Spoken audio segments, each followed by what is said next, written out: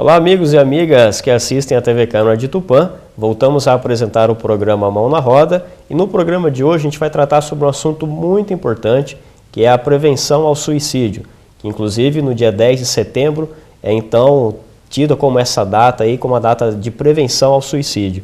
Kátia, por que surgiu então essa ideia de utilizar o mês de setembro como sendo aí o mês de conscientização contra o suicídio?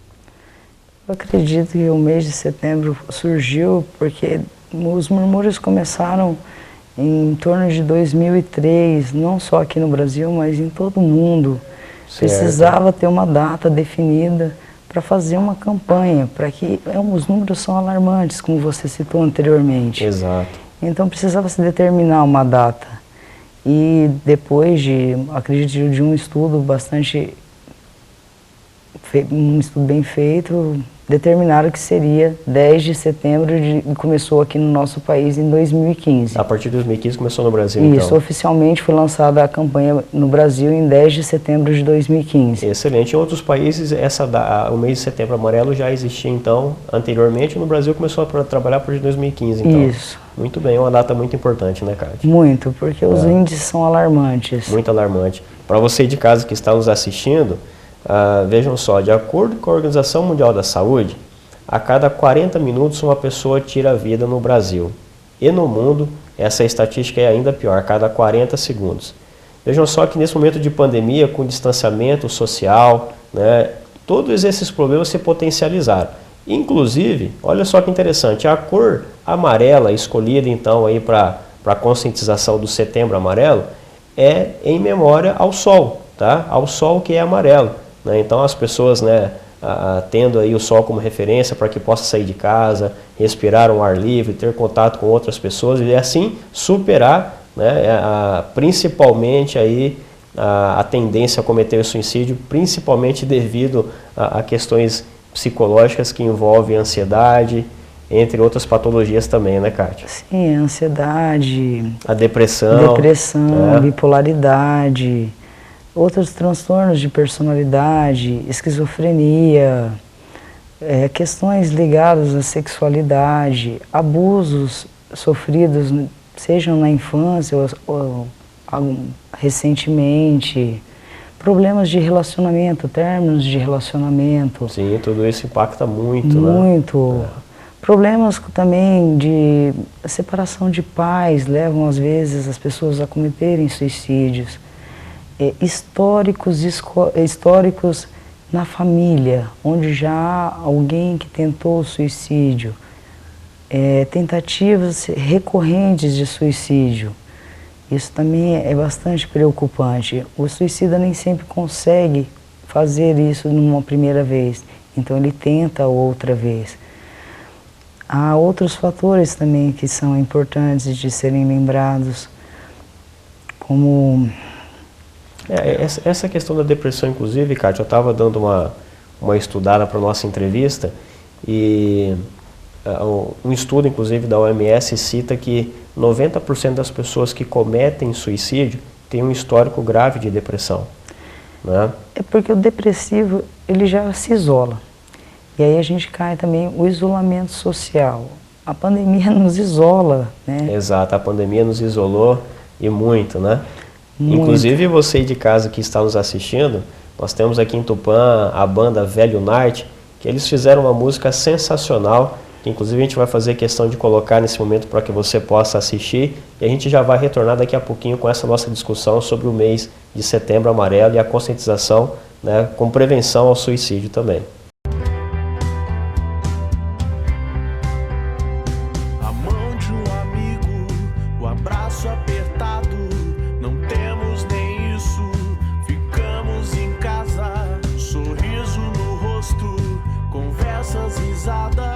Passamos um ano, ficamos em casa.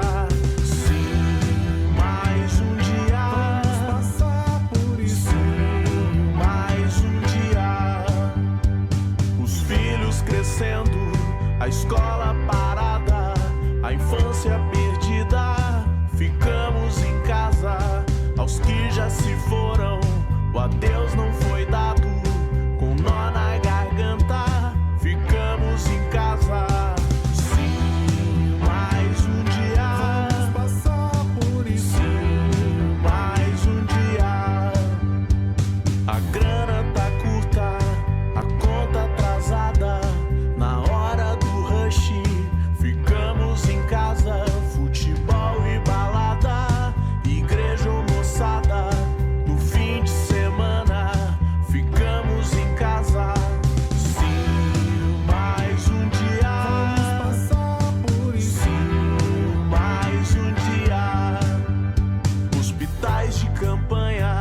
verbas desviadas, políticos tranquilos, ficamos em casa. O encontro é a partida, reunião cancelada, uma pausa na vida.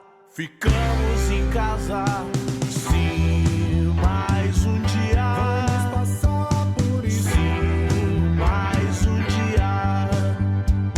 Sim, mais um dia. Vamos passar por isso. Sim, mais um dia. Um ciclo da vida, uma coisa inventada, a vida que segue. Ficamos em casa, esperança na vida, a fé estampada. Quando tudo acabar, não ficaremos em casa. Sim, mais um dia. Vamos passar por isso. Sim, mais um dia. Sim, mais um dia. Vamos passar por isso. Sim, mais um dia.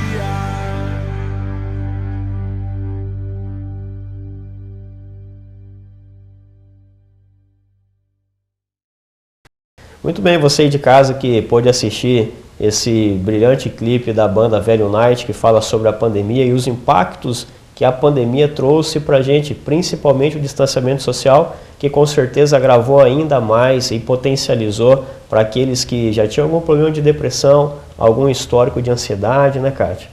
Como que você enxerga, Kátia, essa questão da pandemia dentro aí do mês de Setembro Amarelo, do combate ao suicídio, principalmente relacionado à depressão, né? Olha, é o que nós estávamos falando. A depressão, além do isolamento social, trouxe consigo perdas significativas.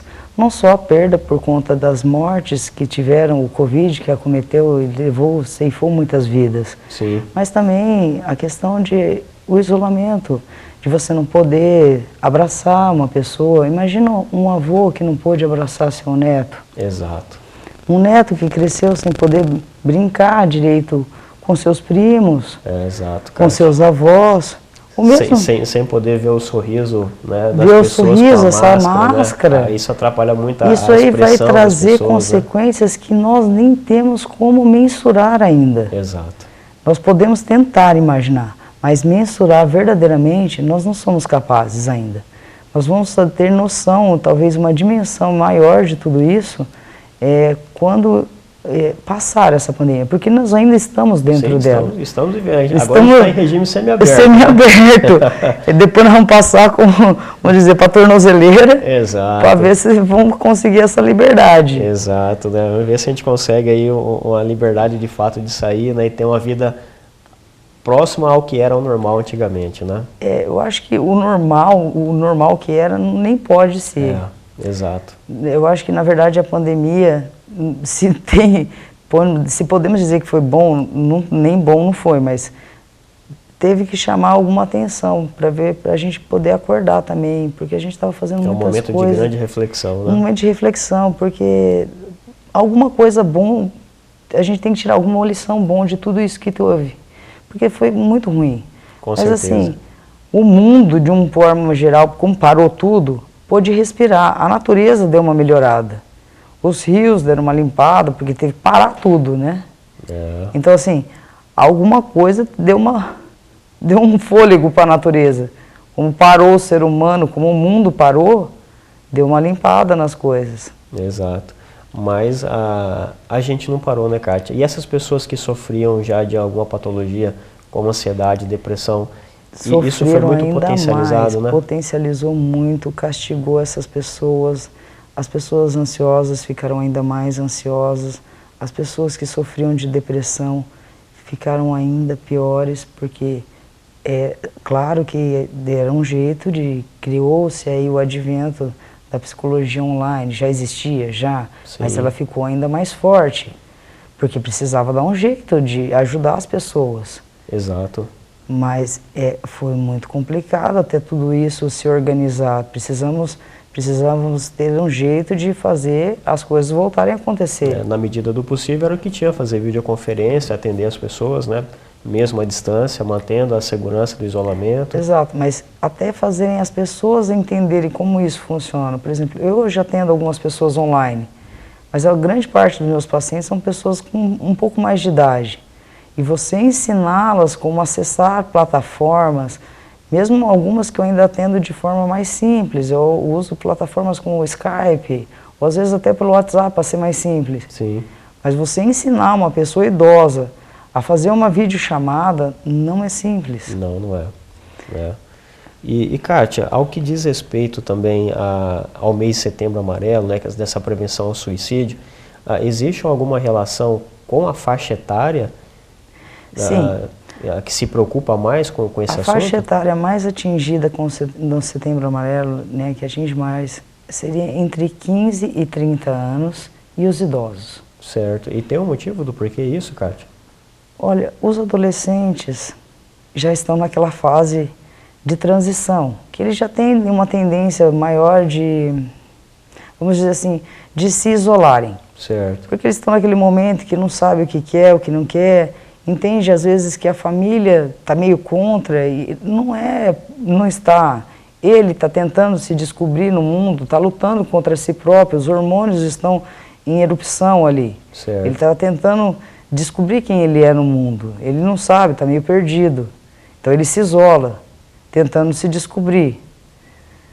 Os idosos estão ali meio perdidos, porque a família está correndo para um lado, para o outro, e às vezes acaba deixando um pouquinho a desejar nas visitas. Não são todos, não estou generalizando. Sim, sim. Estou apenas falando um ponto de atenção. A maior parte acaba não dando tanta atenção, talvez, quanto deveria. Os idosos, falo isso porque trabalhei muito com os idosos. Sim.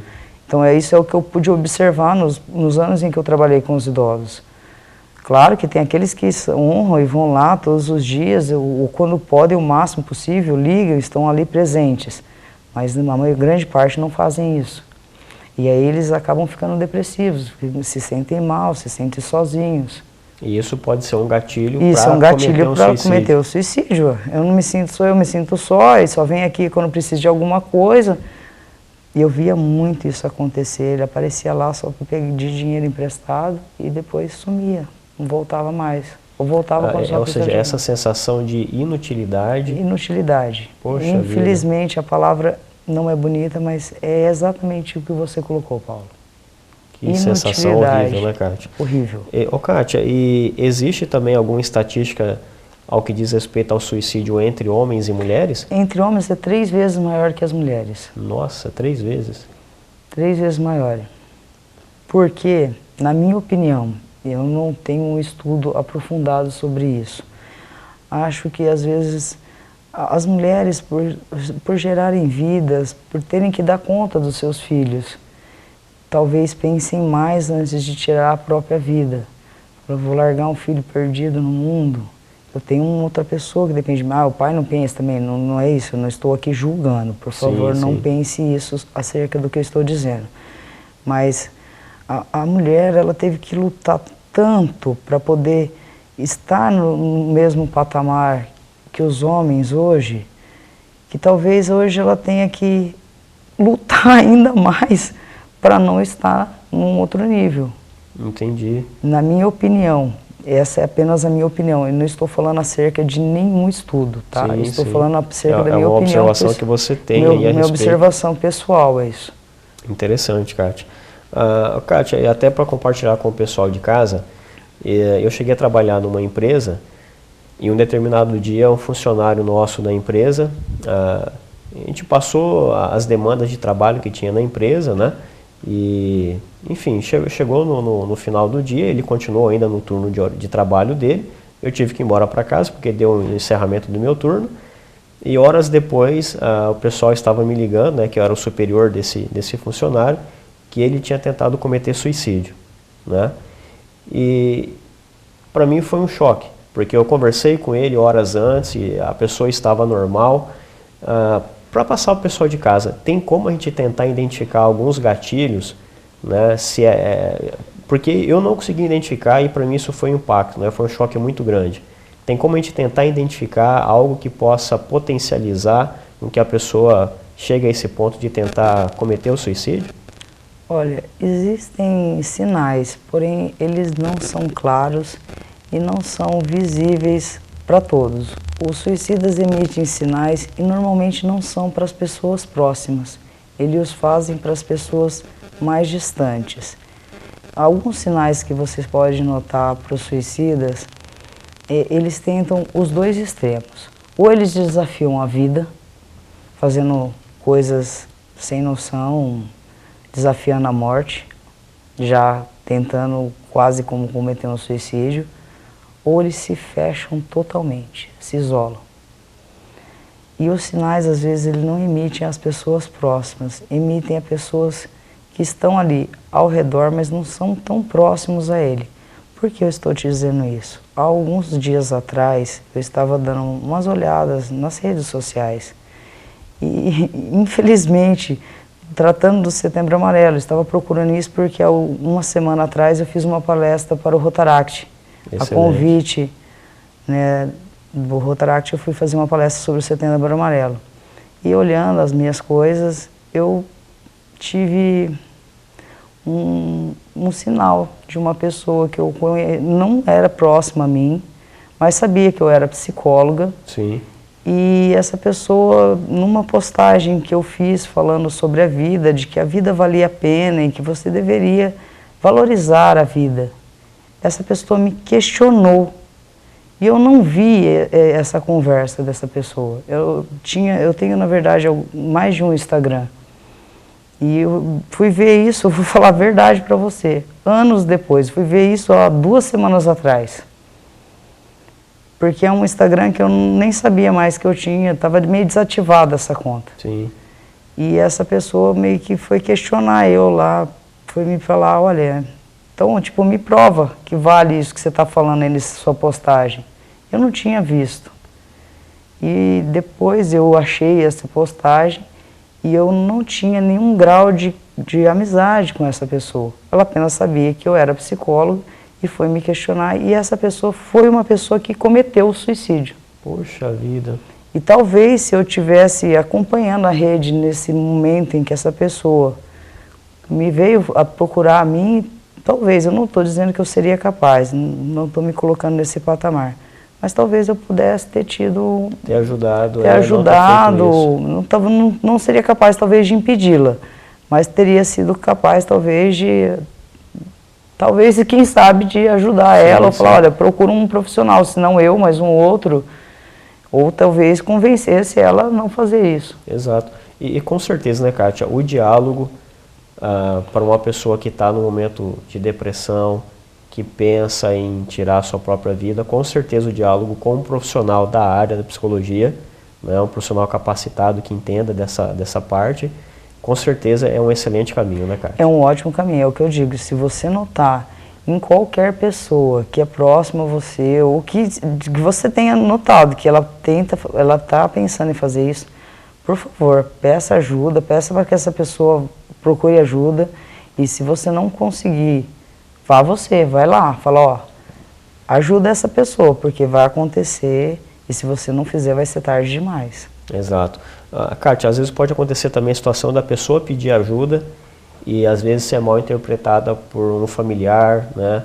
Às vezes achar que isso não é nada, ou achar que, né, como está bem famosa essa expressão, é um mimimi, né? Isso pode acontecer, e qual que é a sua orientação quanto a isso também, Kátia? Olha, eu vou dizer, por favor, se alguém procurar ajuda para um pai, para uma mãe, um tio, um parente, um amigo, ninguém. Eu gostaria muitíssimo, gente, por favor, eu gostaria muitíssimo que vocês entendessem. Ninguém pede para ir num psicólogo, um psiquiatra ou um profissional da saúde mental se não estiver precisando. Eu adoraria que isso fosse possível, seria maravilhoso para nós profissionais da saúde mental, mas isso ainda não acontece. Há um bloqueio das pessoas em procurar ajuda. Porque as pessoas, quando têm uma dor em qualquer parte do corpo, eu preciso ir ao médico, no dói alguma coisa, um dente, eu preciso ir a um dentista. Mas para ir a um psicólogo ou para ir a qualquer profissional da saúde mental, há um bloqueio, há uma resistência, há um preconceito ainda quanto a isso. E eu gostaria de fazer uma ressalva aqui hoje. Gente, por favor, nos procurem. Nós não estamos aqui para julgar ninguém, nós só queremos ajudar a vocês todos a encontrarem o caminho, a se descobrir, ter uma vida mais serena, mais feliz. É maravilhoso se encontrar, é ótimo você se descobrir, completar, como na linha que eu sigo, que é junguiana, completar o seu processo de individuação. Seria maravilhoso se as pessoas fizessem isso. E pais, por favor, nenhum filho chega num pai e fala, me leve ao psicólogo porque ele acha isso um capricho, porque ele acha isso bonito. Se ele está falando isso é porque ele está desesperado. Corra com ele para um profissional imediatamente. Nenhum deles vai fazer isso por capricho, porque acha bonito e vai falar, eu estou indo no psicólogo. Eu gostaria que isso realmente acontecesse, mas não é assim. Ele está desesperado. Pega o seu filho e corre para um profissional, porque senão você vai perder ele. Excelente, Kátia. Ou seja, já é difícil a gente tentar identificar os sinais e quando a pessoa lá expressa isso, que ela precisa de ajuda, algumas vezes acaba sendo ignorado, que é o que você colocou muito bem, pessoal de casa, para não ignorar, né, esse pedido de ajuda também, né, Kátia? Exatamente. Muito bem, Kátia. Excelente essa nossa conversa para trazer esse assunto para você de casa. A gente sabe que é um assunto, de certa forma, um tanto quanto desconfortante, até porque, para vocês terem ideia, cerca de quase 6% da população brasileira sofre de algum tipo de depressão. Então é um assunto que atinge com certeza todas as nossas famílias. A gente conhece algum amigo, algum familiar, alguma pessoa querida que sofre de depressão e com certeza tem que ter um olhar de um maior cuidado também. Sim, a depressão é uma coisa tão recorrente e as pessoas acham que é frescura. Não é e pode levar a um caminho desse de suicídio. Leva ao suicídio e as pessoas que têm depressão sofrem muito. E todo mundo, a grande parte das pessoas não tem destreza para entender que depressão não é frescura. Depressão é sério, depressão machuca. Ela pode acabar com a vida de uma pessoa de uma forma que vocês não têm ideia. É uma das doenças mentais hoje que mais afastam as pessoas no INSS. É o maior índice de afastamento no INSS hoje, não é nenhuma outra doença, é a depressão.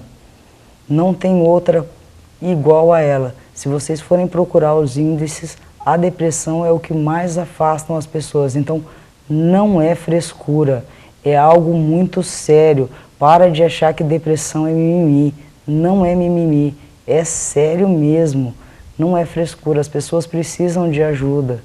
Por favor, entendam isso. Para de achar que elas estão fazendo corpo mole. É muito sério a depressão. Eu gostaria que vocês entendessem realmente isso. E quando alguém falar para você, eu estou com depressão, respeite aquela pessoa. Ela está sofrendo muito, muito mesmo. Kátia, para a gente encerrar então o nosso programa, eu gostaria de te agradecer pela sua participação. Foi excelente essa nossa conversa para conscientizar o pessoal aí de casa sobre a importância do Setembro Amarelo. Fica à vontade para deixar uma mensagem para quem estiver nos assistindo. Eu gostaria de agradecer a oportunidade de estar aqui hoje, de poder falar um pouco sobre minha trajetória enquanto psicóloga e gostaria de deixar uma mensagem aos jovens que têm vontade de estudar psicologia ou qualquer outra área. Eu vou dizer uma frase do Nietzsche. Demore o tempo que for para decidir o que quer da vida. E depois que decidir, não recue ante nenhum pretexto, porque o mundo tentará te dissuadir. Nietzsche. Bom, para você de casa que nos assistiu, muito obrigado pela sua paciência, muito obrigado também pela sua audiência. Ao final do programa eu sempre gosto de deixar para você de casa um versículo da Bíblia e infelizmente hoje eu vou ser um pouco repetitivo. Esse é o mesmo versículo que eu trouxe na semana passada, mas é porque eu achei muito pertinente esse mesmo versículo para a gente apresentar nesse assunto de hoje que foi sobre o Setembro Amarelo, que é o versículo de Isaías capítulo 40, versículo 29 a 30. Deus fortalece o cansado e dá vigor ao que está sem forças. Assim estamos todos nós, passando por esse momento de pandemia já quase sem forças. Mas vejam só o que diz ainda, até os jovens se cansam e ficam exaustos. É o que a gente vem discutindo, né? Os jovens já estão cansados também dessa pandemia, de aulas remotas, de ficar em casa. Mas aqueles que esperam no Senhor renovam as suas forças. E assim eu espero que seja com você de casa também, que você renove as suas forças. E vejam só, trate esse assunto que nós conversamos aqui hoje como um assunto de muita importância dentro da sua casa também. Se alguém apresentar alguns sinais de depressão ou de tentativa ao suicídio ou que pedir ajuda, fique atento, ajude essa pessoa que também está precisando. Um grande abraço, obrigado pela sua audiência e pela sua participação no nosso programa aqui também. A gente se encontra no nosso próximo programa. Tchau, tchau.